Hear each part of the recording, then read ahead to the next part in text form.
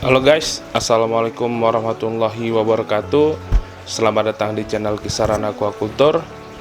Pada episode kali ini saya ingin berbagi kepada teman-teman, karena kemarin itu kita setting aerasi pada dua kolam. Yang kolam kecil-kecil, kolam yang besar itu belum saya setting. Kenapa baru setting sekarang? Yaitu karena kita kekurangan biaya. Jadi saya memulai dengan dua kolam dulu. Sebelumnya itu saya sudah pasang ya satu kolam dengan selang aerasi yang pernah kita beli yang warna hijau. Tapi saya lihat menggunakan selang aerasi ini kurang maksimal ya. Karena yang pertama kelemahannya itu dia itu gampang ya digeser-geser ikan. Itu yang pertama. Yang kedua, untuk ukuran kolam kotak seperti saya ini, kalau misalnya saya rapiin lah ini dengan tali atau dengan kawat, itu nanti akan mengganggu saya untuk berjalan di tengah-tengah kolam ini. Karena saya biasanya sering itu berjalan di tengah untuk memberi makan atau saat aplikasi CN Ratio. Jadi saya putuskan itu untuk menggunakan pipa langsung itu ke dalam udara. Pipa itu saya beri dengan uniring. Tujuannya itu agar ya rapi yang pertama, yang kedua aerasinya itu merata. Ini bisa bertahan lama ya. Mungkin ini bisa kita pasang sekali untuk beberapa tahun kemudian. Karena ini sangat mudah ya. Nanti kalau misalnya mau panen kita tinggal copot aja. Jadi sangat mudah untuk dipasang kembali dan untuk dicopot. Untuk bahan-bahan yang saya gunakan itu sederhana, yaitu pipa 3/4 sebagai jalur pembagi udara, pipa setengah untuk udara di dalam kolam, elbow setengah, T setengah, T 3/4, stop kran 3/4, dop 3/4, dan klem ring 1 inci. Lalu konektor T 11/8 mili ke 7/4 mili, dan kita menggunakan selang Trillium Super Leg 3/4. Cara membuat uniring house ini itu cukup sederhana. Yang pertama itu teman-teman itu harus mengukur dulu ukuran kolam teman-teman. Contohnya itu misalnya ini kolam saya itu kan ukuran 3x5 dikali 6,5 dan ukuran 3 dikali 7. Nah itu kolam saya ini melebar ke atas ya teman-teman. Jadi lebarnya di atas dan di bawah ini berbeda. Jadi teman-teman itu ukur di kedalaman kolam. Jika kolam teman-teman itu seperti saya, ukur di bawahnya ini supaya nanti uniring house ini duduk. Jadi dia nggak gantung ya, bisa sampai dasar. Tujuannya sampai dasar itu agar vlog-vlog itu mudah terkacup atau teraduk, sehingga tidak ada vlog yang mengendap. Bentuk uniring house seperti saya ini, dia ukurannya persegi panjang dengan 2 lubang udara, dan juga saya buat jarak antara T-konektor uniring itu 50 cm. Ini kan lebar kolam saya kan di bawahnya itu 2,5, dan untuk sampingnya itu untuk masuknya udara itu saya buat jaraknya 1 meter. Jadi ini uniring house-nya ini lebarnya 2,5 dan panjangnya itu ada 1 meter. Nah, jadi untuk lebarnya ini saya kasih T-konektor itu jaraknya 50 cm. Jadi kita bisa pakai ada 5 ya. Ada 5 uniring dengan panjangnya 50 cm. Jadi kenapa saya buat dia ada 2 lubang udara, itu tujuannya agar nanti ketika udara itu masuk dari mesin, jadi tekanannya itu rata ya. Bisa kita setting antara kiri dan kanan sehingga sama-sama mendorong, akhirnya akan tercipta aerasi yang rata.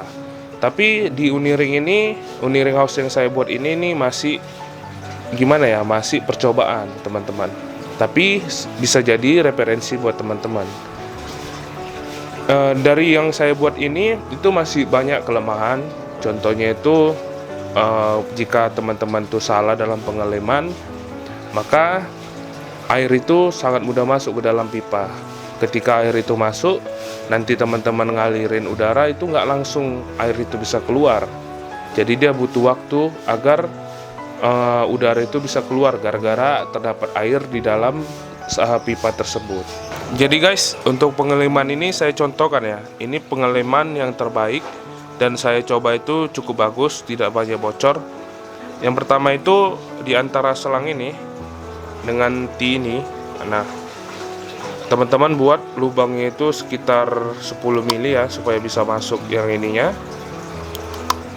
Nah, jadi sebelum teman-teman menggunakan lem Dexton, itu sebaiknya ini teman-teman kasih dia kapas filter rokok atau bisa kapas, baru teman-teman masukin nih. Nah, habis itu teman-teman lem dulu ya dengan lem apa yang cepat seperti Alteco atau bisa pakai lem Korea. Kalau saya menggunakan lem Dexton instant glue. Nah ini untuk filternya itu nggak usah tebal-tebal ya teman-teman, karena ini tujuannya hanya untuk menempelkan T ini di dalam pipa. Itu tujuannya supaya nanti saat kita Dexton dia T ini nggak bergerak-gerak ya.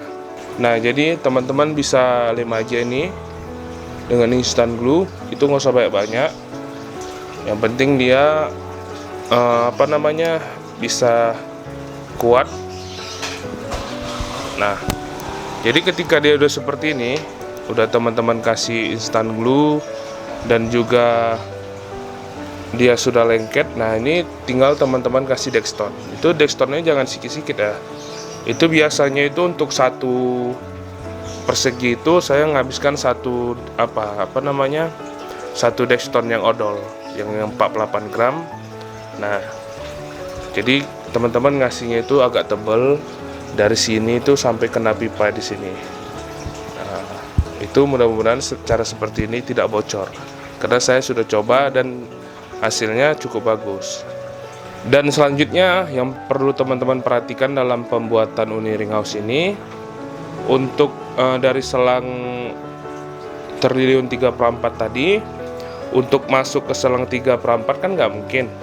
Nah, jadi kan untuk udara di atas itu kan kita masuknya itu kan menggunakan pipa 3/4.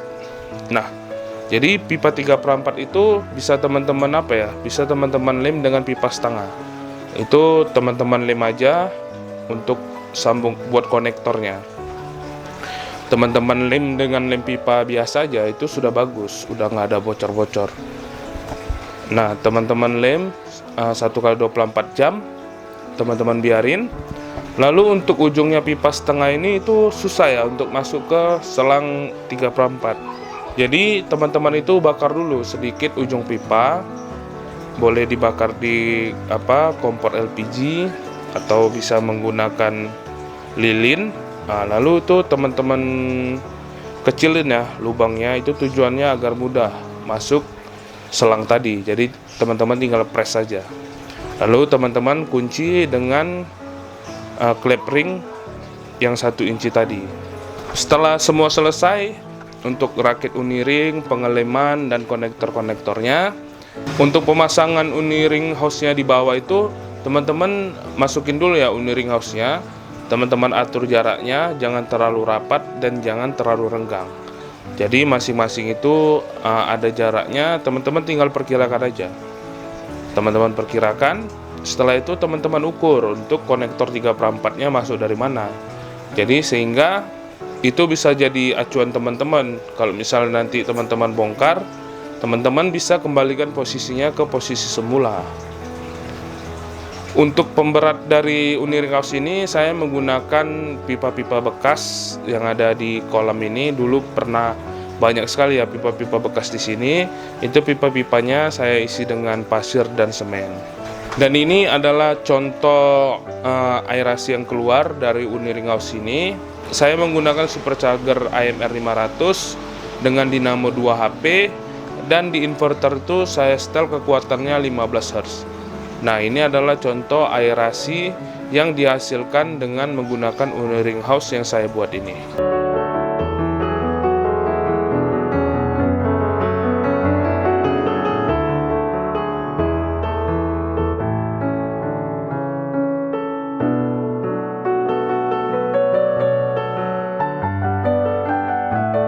Jadi guys, kita di sini juga membuat paranet ya. Atap dari paranet. Dengan paranet ini kerapatannya itu sekitar 70%. Dan ini tujuannya hanya untuk mengontrol dari suhu. Karena kita sudah pernah bahas di dalam dinamika kualitas air, suhu ini merupakan controlling factor dalam manajemen kualitas air. Nah, ketinggian air kolam saya ini ada yang 90 cm dan ada yang 85 cm. Jadi kalau kita rata-ratakan semuanya itu ada 85 cm, sehingga saat kita budidaya di outdoor ini dengan intensitas cahaya matahari yang tinggi, suhu itu saat sore hari itu mudah sekali ya hangat. Jadi saya menambahkan paranet ini untuk menjaga fluktuasi suhu itu antara siang dan malam hari. Di dalam biovlog itu bebas ya, teman-teman bisa mau menggunakan atap atau tidak, itu tidak ada masalah.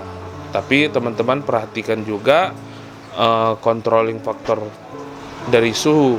Jika teman-teman kedalaman airnya itu sekitar 1 meter, tidak tanpa atap, itu tidak ada masalah. Tapi kalau di bawah 90 cm, sebaiknya teman-teman tambahkan paranet. Sebelumnya itu tanpa paranet ini saya coba, kalau misalnya dalam 3 hari itu biasanya itu penyusutan air akibat penguapan itu sekitar 5 cm.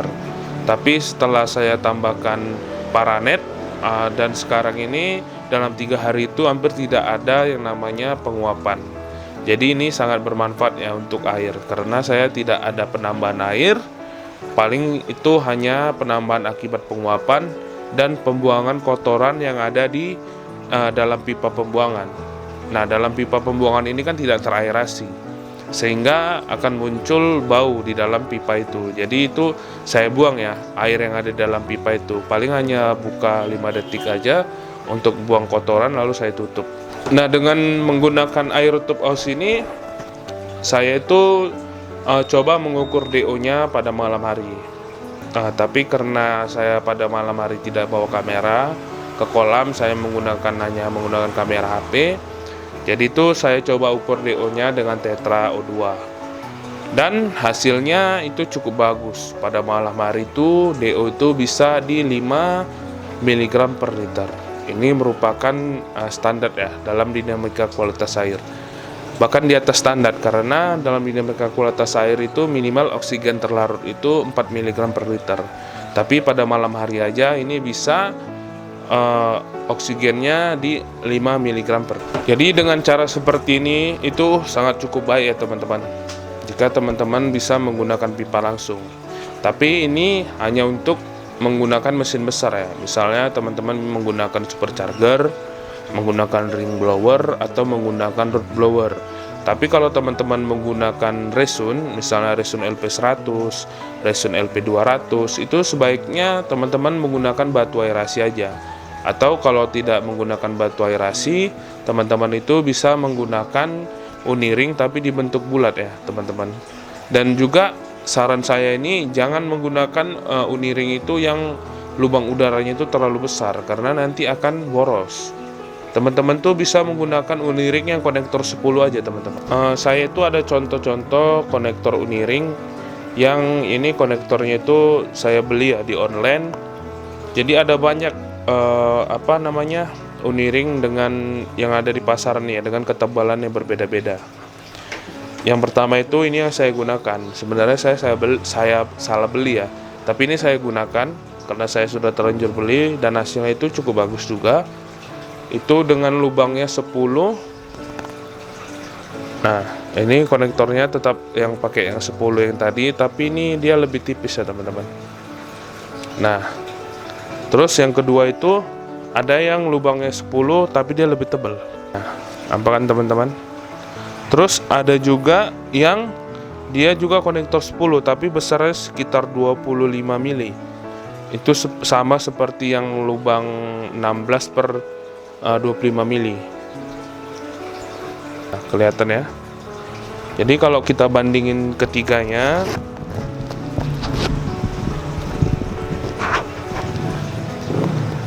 nah ini jelas kelihatan ya ukurannya. Nah ini seperti ABC dia. Nah, kalau saran saya itu teman-teman tuh kalau beli itu jangan yang kecil ini ya.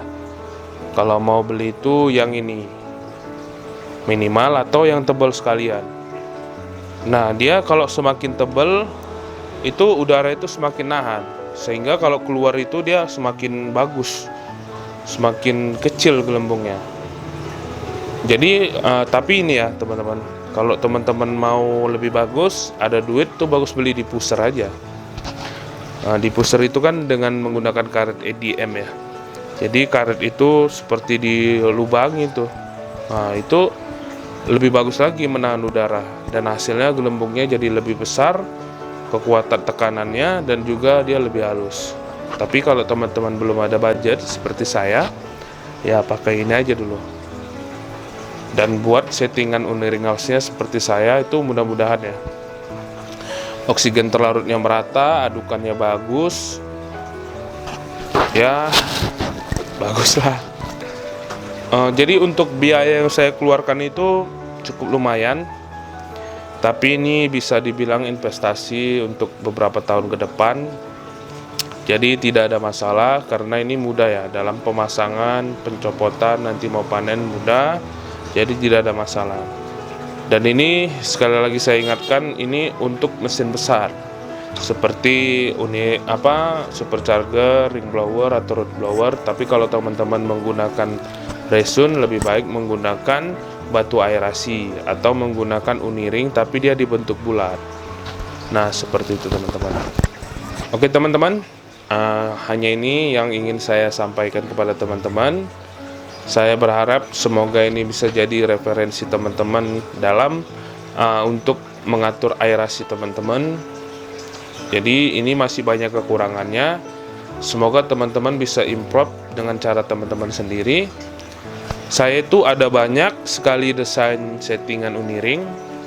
Yang ini itu desain menurut saya yang paling hemat biaya. Ada banyak lagi desain dengan tanpa pengeliman ada, yaitu menggunakan konektor-konektor pipa dan konektor-konektor dari uniring. Itu ada, itu banyak sekali. Tapi saya mengambil yang ini dulu karena ini cukup murah. Oke teman-teman, sekali lagi semoga video ini bermanfaat buat teman-teman. Dan jika ini benar-benar bermanfaat, jangan lupa di like. Dan jika ada pertanyaan silahkan bertanya komentar. Dan bagi yang baru nonton channel ini, jangan lupa di subscribe. Oke teman-teman, assalamualaikum warahmatullahi wabarakatuh.